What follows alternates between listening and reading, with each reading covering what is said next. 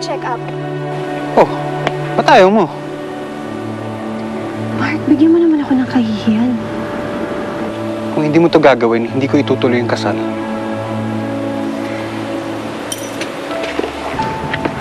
Mark, please don't do this to me. I love you so much. I'll do anything para matutunan mo rin ako mahalin. Please, I'm begging you. You'll do anything? Sabihin mo sa akin ng totoo. Buntis ka ba? Are you pregnant? I took a pregnancy test. Positive ang lumabas. Pero delayed lang pala ang menstruation ko. At balak mong panindigan yung pagbubuntis mo. Ganun ba?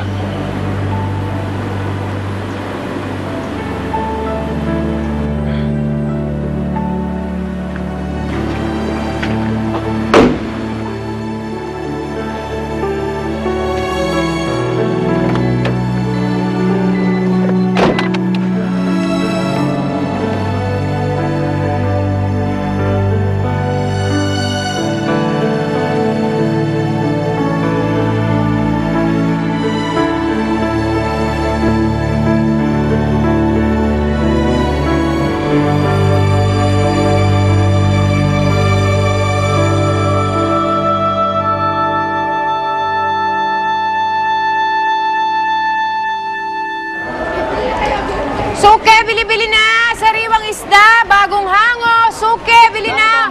120 lang yan! 120 lang yan! Suke, bili na! Bili na, suke! 120 lang! Bagong hango! Ay, ganda! Bili na bulakla! Happy first month anniversary. Salamat! Ang ganda naman ito. Magkano po isang kilong bangus? Magkano po isang Ay, kilong bangus? 120 lang yan, suke! Gano'ng karami? Bangus? Apa? Isang kilo.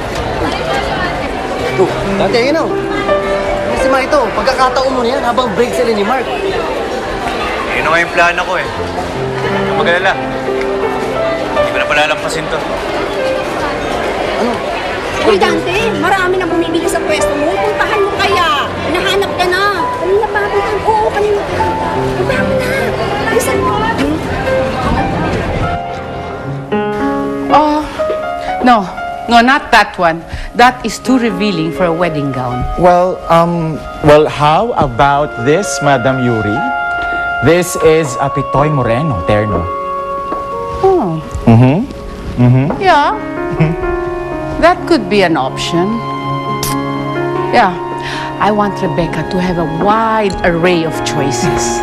After all, this will be the wedding of the decade. Of course, definitely. Mom? Mommy!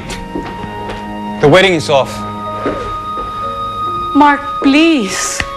Pinag-usapan na natin ito. Please do not give me a hard time, iho. Do not forget. Nakasalalay ang pangalan natin dito sa kasalan na ito. Yes, Mother, I know. But you have to listen to me.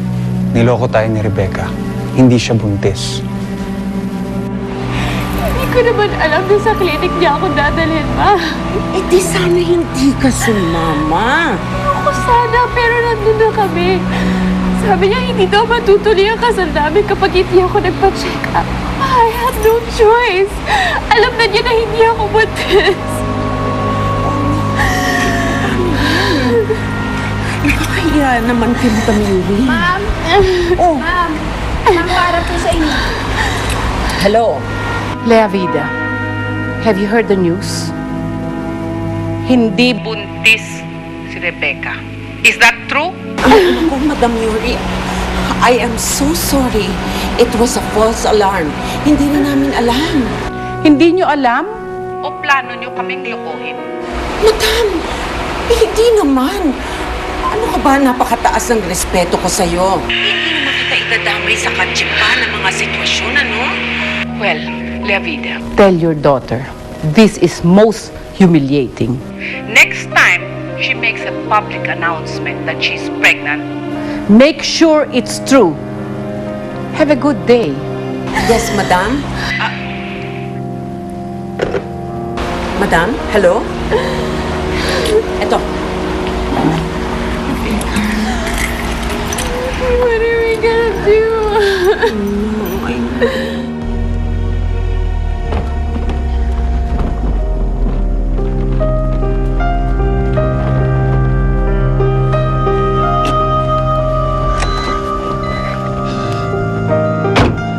Anong ginagawa mo dito? Kailangan natin mag-usap. Bakit po? Wala na tayong dapat pag-usapan pa. Tapos na sa atin ang lahat, Hindi di ba? buntis si Rebecca. Niloko niya ako. Kung ako siya, hindi ako magpapatalo. Ipaglalabang kong aking pag-ibig sa kanya at hindi na lang kong iiyak sa isang sulok, no? Excuse me, Sir Mark. We have a guest. Maita, Mark, pwede ba kitang makausap? Gusto ko lang sanang itanong sa'yo kung gusto mo bang makipagbalikan sa akin. Kaya gusto niyo dun sa Mark na yun kasi nakapag-aaral yung lalaki yun. Kaya ako mag-aaral ako. Iangat ko yung buhay ko. Para maging karapat dapat ako kay Maita. Sama kayo sa impyerno! it's not meant for you. You deserve someone better. Sana pinaglaban niyo ako sa kanya. Sana tinakot mo siya para pakasalan niya ako. Finally, nakapili na ako ng endorser ng Glutax.